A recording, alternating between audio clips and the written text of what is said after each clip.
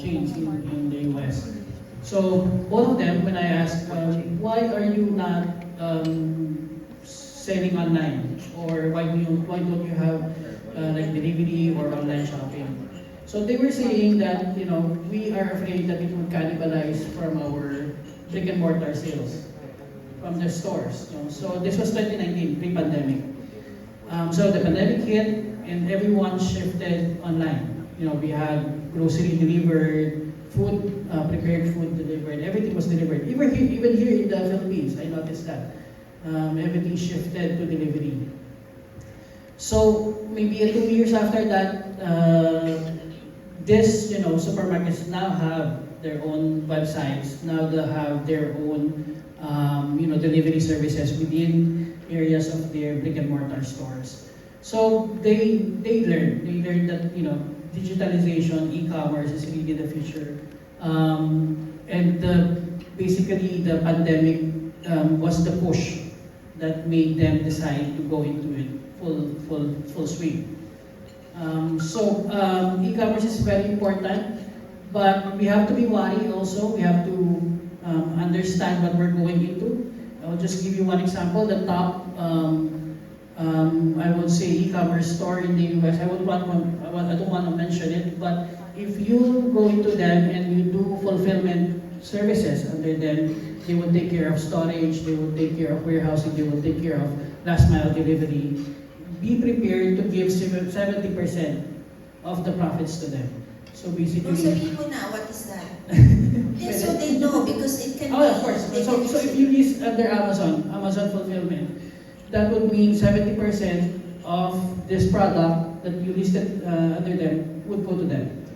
And only 30% is yours. So you're just working with 30%. So be prepared with things like that. So the US is a very, I would say, important, very nice to have market for exporters. But again, we have to face realities and we have to face issues like that.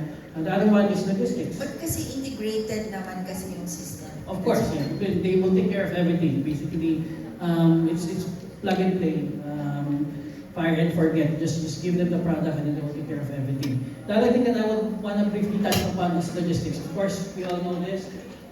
During the pandemic, it skyrocketed. It used to be that to send a container of goods from the Philippines to the US, maybe you would need to spend $2,000, $3,000. During the pandemic, at one point, it was $18,000, $20,000. Wow. So I know it's very fearful, very real for exporters. But now it has gone down, but still not pre-pandemic levels. So that's another thing that we have to think about, logistics costs, and how we could improve it from our side in order to be able to be more competitive in the US market. Thank you, Eric Torch. For ASEAN, actually I do not want to preempt kanina, gusto ko na ikwento.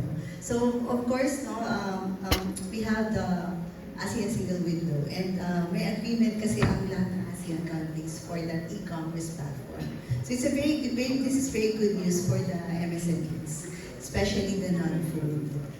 So this is where I present to you the opportunities for Malaysia na hindi na kailangan ng halal certification kasi non-food naman siya. So these ASEAN countries are very big in Lazada, Shopee, Zalora, and even Amazon. So ang ganda nung, we have this huge market-based ASEAN, and I urge everyone to take advantage of this. Just imagine your non-food product parang you're expanding your market beyond the Philippines. And it's very easy right now because of the e-commerce platforms that we have. One thing that you should, just a reminder, is that you have to make sure that your payment system is okay. And of course, we have the EMB, the IEMB, who will assist you as you embark in your journey in onboarding your product in this e-commerce platform. It is way of the future, and the future is now here, diba? Most especially. So for those exporters who are exporting non-food, we're interested to sell, to export non-food, please take a look at this opportunity for the ASEAN market. Thank you.